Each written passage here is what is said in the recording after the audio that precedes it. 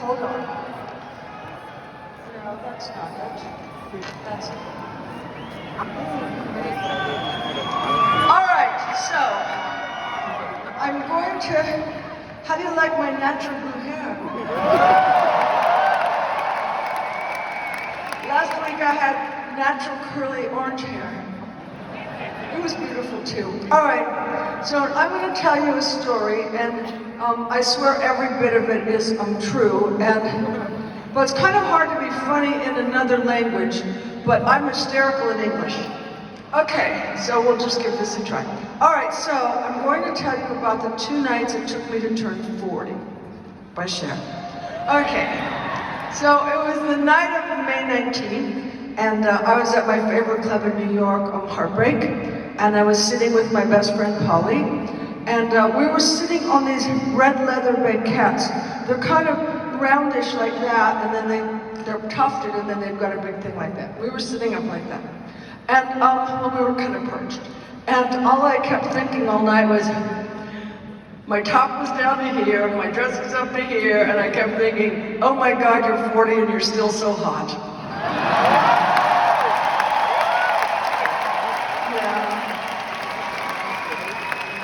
Yeah, I was kind of a superficial 40. But I was about to make Moonstruck with Nicky Cage. Yes. And he was 21, and I looked better. So Polly and I are having a great time, and I'm just happy as hell. I'm looking at everybody, and I'm just thrilled to be there. And then I'm looking around, and I'm going, whoa, I've just seen the cutest guy I've ever seen. So we were kind of flirting all night, and you know how when it doesn't work out, it's like, what am I doing? So I just got bored and I went home. And I was staying at my friend's beautiful hotel, and my friend just had gotten out of, jail is the short one and prison's the long one. He had just gotten out of prison, and for tax evasion, like you do. And he was letting me stay in his beautiful hotel. He owns Studio 54 also. So I went to sleep dreaming beautiful dreams of being 40. And in the morning, my telephone rang, and the man said, hi, Cher, it's George Miller. And George Miller was the man who directed Witches of Eastwick. So, but no clapping. No, not even a ha-ha-ha. Okay. And he said, I just wanted to call and tell you that I don't want you in my movie, and Jack and I, Nicholson, we don't think you're sexy and you're too old. Yeah. Good morning, 40. So it was terrible because I was thinking, well, I knew that if I got this role in this movie, it would be my start into being a movie star.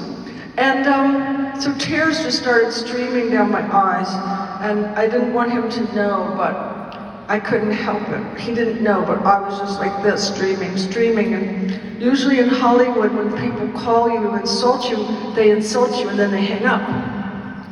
But George was from Australia, and so he just kept saying things like, I don't like anything about you. I don't like the way you walk or talk or laugh or anything about you. And then I just got real nasty and said, look, yes.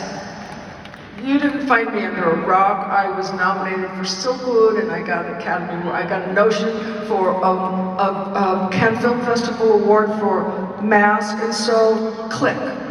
But my tears were still streaming down my face, and then all of a sudden I thought, oh my gosh, these are fabulous tears. These are wonderful tears. These are beautiful tears. Actresses pray for these kind of tears.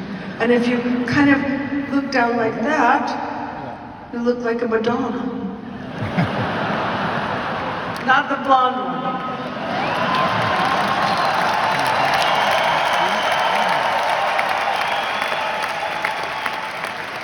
And at that moment, while these tears are going all crazy, my kids come in with my big cake and 2 bellboys. And they come right in and they go, Mom, why are you crying? Mom, what's the matter? Why are you crying? It's your birthday, why are you crying? And I thought, okay, All right, because when you're a woman, lady, and you're not an old lady, you're just nice, and you're very, very happy. Sometimes you cry from happiness. And so they said, okay. And I said, all right, move along, we'll have the cake later. All right, oh hell, I forgot to tell you something. When I forget, I come over here for some reason. All right, so you know I was staying with my fabulous friend who'd gotten out of prison. Well, I owed him $28,000 and I didn't have it. And now there's another one. Okay. So, this is not gonna make sense for a long time, but just stay with me. So, we have a man in America, he's a TV host. He's kind of like a mean Thomas Gottschalk, okay? I love Thomas. Anyway, so, since the beginning of his show, he'd been asking me to be on it, and I never wanted to. And now he can really get back on with the story. All right. So it was 3 days before my birthday, and the producer of David Letterman called me and said, Cher, how would you like to spend your birthday with Dave? And I said, I would love to for $28,000. And the guy said, we don't do that. And I said, well, then neither do I. So I hung up, and about 20 minutes later he called me and he said, okay, you can do it, we'll do it with you. And I was like, cha-ching. But while we're on the telephone, he said, okay, Cher, just out of curiosity, why haven't you ever wanted to be on our hit show? And I said, well, you know, Dave is very smart, he's really funny, but sometimes when he gets a guest on a show that he doesn't like, he can be a real asshole. So the producer agreed with me and we hung up. So it's the night of my birthday, and we're in chairs facing each other. So Dave is there, and he's being funny, and I'm here, and I'm being funny, and he's being funny, and I'm being funny, and he's being funny, and I'm being funnier. And then he says to me, Cher, how come you've never wanted to be on my show? And my mind exploded because I knew the producer ratted on me. And so my mind is just like going all these places, because in America you couldn't say those words at that time. So I'm trying to think of anything to say, but I can't. And without me even knowing it, out of my mouth came, because I thought you were an asshole. So anyway, Dave said he was traumatized for about 5 years, and I believe that. But we became friends, and he even sends me birthday cards, and that's very sweet. And he writes them in lovely script, you know.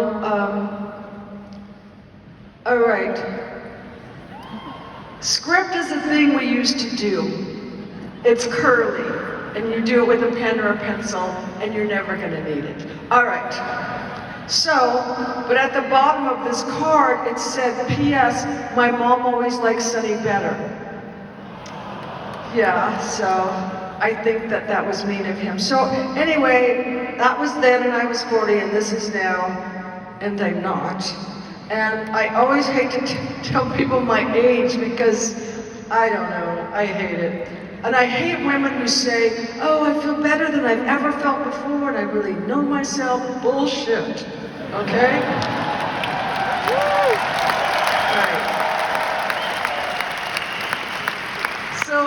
So I'm 73.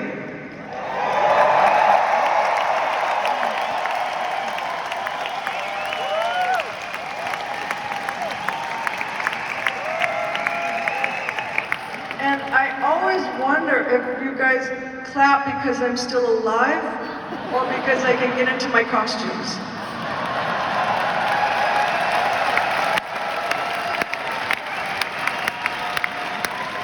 All right, well, so I'm going to get going with this extravaganza, and I just want to ask you one question, and that is, what is your granny doing tonight?